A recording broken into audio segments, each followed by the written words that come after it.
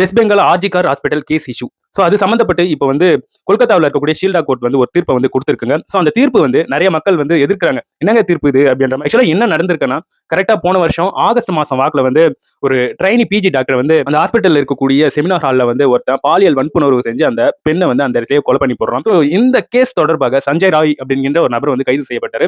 அதே சமயத்தில் அந்த பெண் வந்து கொலை செய்யப்பட்டாங்க பார்த்தீங்களா, அந்த இடத்துல இருந்து சஞ்சய் ராய் தொடர்பாக சில எவிடன்ஸ் அந்த இடத்துல எடுத்திருந்தாங்க.